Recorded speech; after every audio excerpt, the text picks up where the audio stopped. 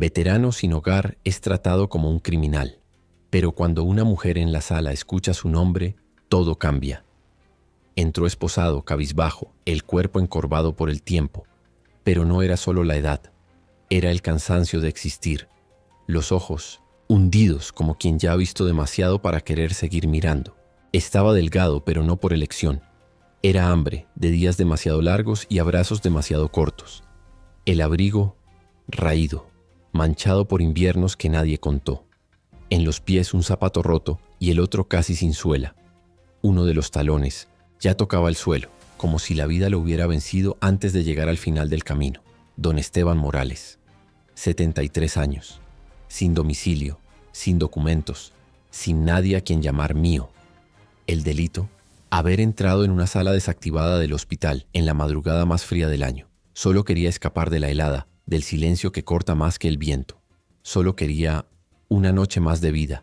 Nadie sabía quién era, pero alguien en la audiencia lo reconoció. Y allí, en el silencio de la sala del tribunal, el destino comenzó a susurrar de nuevo. Ella estaba allí por casualidad, o tal vez por una de esas casualidades que solo Dios entiende. La doctora Camila Herrera, cardióloga, había ido al tribunal para resolver un trámite del hospital. Ya se estaba yendo cuando escuchó el nombre. Se detuvo. Dio 2 pasos hacia atrás. Esteban Morales. Aquello le sonó más profundo que un simple nombre. El corazón se le apretó, como si alguien hubiese arrancado un recuerdo del fondo del alma. Esteban Morales. Ya lo había escuchado antes, o mejor dicho, lo había escuchado durante años de los labios de su padre, siempre con la misma devoción. Él me sacó de ahí, hija. Apareció de la nada, cubierto de barro, y me cargó sobre sus hombros. No sé cómo, nunca más lo vi, pero era un ángel. Camila se sentó al fondo de la sala, casi sin respirar. Miraba a ese hombre al frente, tan alejado de todo, y trataba de imaginar cómo alguien que salvó vidas pudo haber sido olvidado así. No había nada en él que gritara ayuda, pero su silencio gritaba más que 1000 palabras. Era el silencio de quien ha esperado demasiado, de quien ha visto tantas puertas cerrarse que ya no se atreve a tocar. No estaba segura de que fuera él, pero en el fondo lo sabía. La misma expresión serena que su padre tenía al recordarlo. La misma mirada firme a pesar del cuerpo débil. La misma bondad callada que el tiempo no borra. Camila lo miraba, una y otra vez, y algo dentro de ella empezaba a despertar, como si en ese instante el pasado y el presente se tomaran de la mano. Sacó el celular con las manos temblorosas. Buscó un número que reservaba para situaciones especiales. Mateo Cárdenas. Un amigo de la familia, abogado humanitario conocido por defender a quienes nadie quería escuchar. Llamó. La voz al otro lado aún sonaba adormecida. Pero ella no. Esperó preguntas, solo dijo: «Te necesito ahora, es urgente, su nombre es Esteban Morales». Silencio al otro lado, y entonces: «Voy en camino». Camila colgó, y en ese instante algo cambió dentro de ella.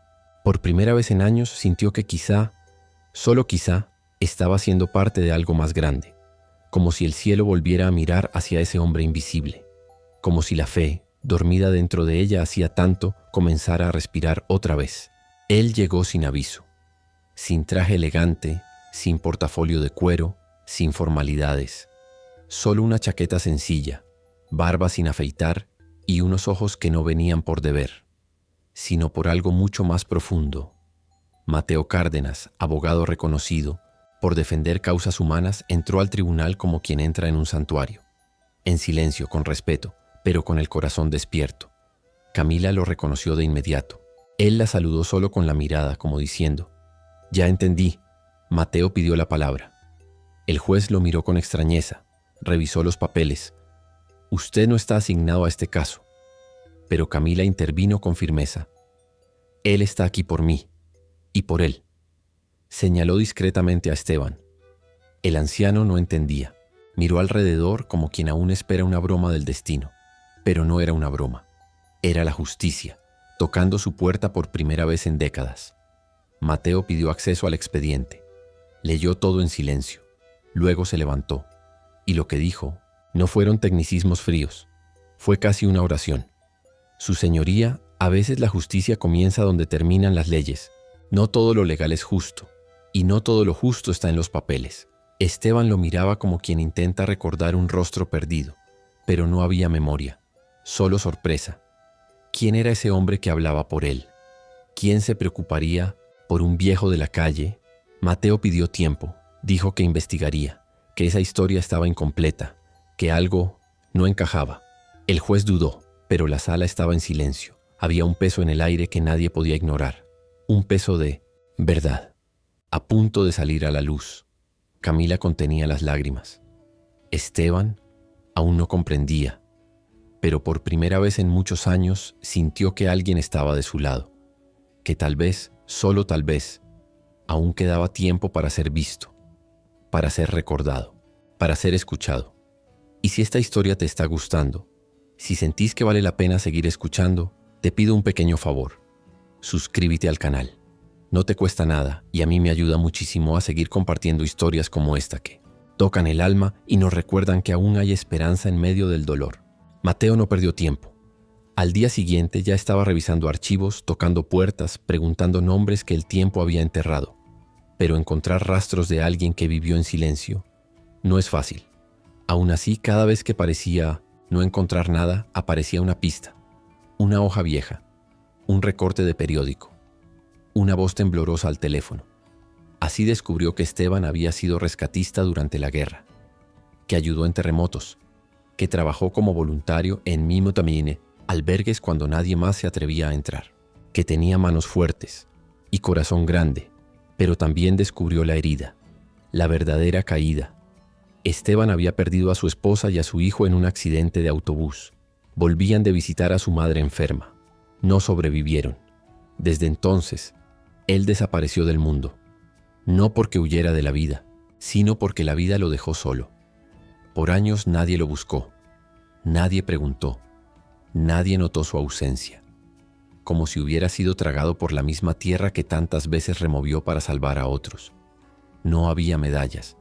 No había homenajes, pero sí había historias, gente que aún recordaba. Una enfermera retirada que dijo que él la cargó durante una inundación. Un niño ahora hombre que juraba que Esteban lo había sacado de los escombros cuando tenía 6 años. Un sacerdote que aún conservaba una fotografía donde él aparecía de fondo cubierto de polvo con un niño en brazos. Mateo escuchaba, tomaba nota, y en cada testimonio sentía que el alma de Esteban le hablaba sin palabras. Un hombre que salvó tantas vidas y fue olvidado por todas, no por crueldad, sino por el ruido del mundo, por la prisa, por esa costumbre de mirar solo lo que brilla. Volvió al tribunal con una carpeta llena, pero más que papeles traía lágrimas de otros, gratitud, voces que decían lo mismo. Ese hombre me salvó. Y sin que Esteban lo supiera, su historia comenzaba a volver a la superficie. Como una flor que insiste en nacer en medio del polvo. Ese día la sala estaba llena. No por morbo ni por curiosidad. Algo más profundo había reunido a esas personas. Mateo llegó temprano con una carpeta en la mano. Esteban lo vio entrar. Y por primera vez bajó las manos que tenía cruzadas sobre las rodillas. Era un gesto pequeño, pero hablaba de fe. De una fe tímida, que apenas despertaba. El juez pidió orden. Mateo se puso de pie y no presentó pruebas como un abogado común. Presentó personas. Una enfermera jubilada que contuvo las lágrimas al decir que ese hombre le salvó la vida durante una inundación. Un joven en silla de ruedas que con la voz quebrada contó cómo fue rescatado por Esteban cuando era niño entre los escombros de su escuela. Un sacerdote que mostró una fotografía borrosa donde se veía a Esteban cargando a un anciano herido entre el polvo y el caos. La sala quedó en silencio. Pero era un silencio distinto, no de juicio, sino de reverencia.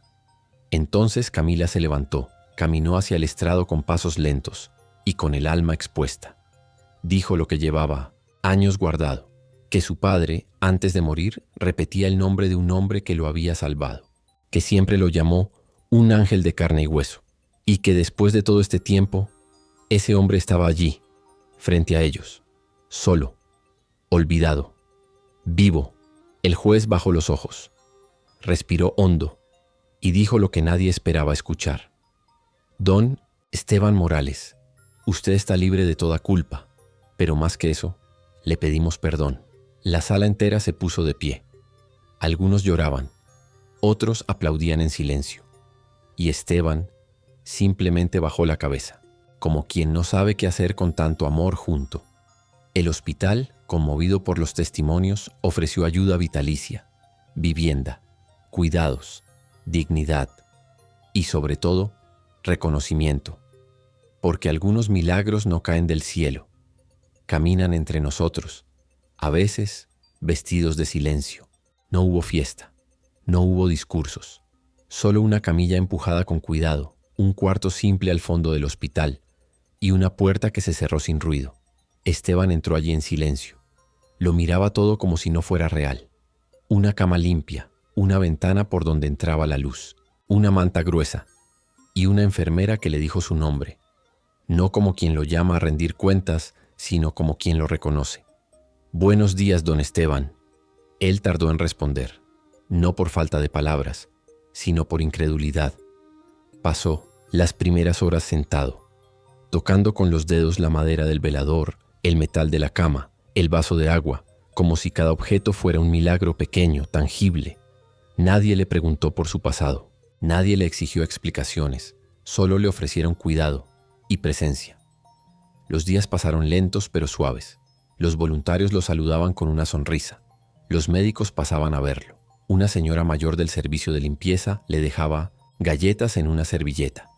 Y por las noches Esteban comenzaba a dormir, sin miedo. El primer sueño real en años. Un sueño sin frío, sin sobresaltos, solo descanso. Un niño del pasillo infantil solía asomarse a su puerta. Le hablaba con confianza, como si fueran viejos conocidos. «¿Usted fue héroe?» Esteban sonreía.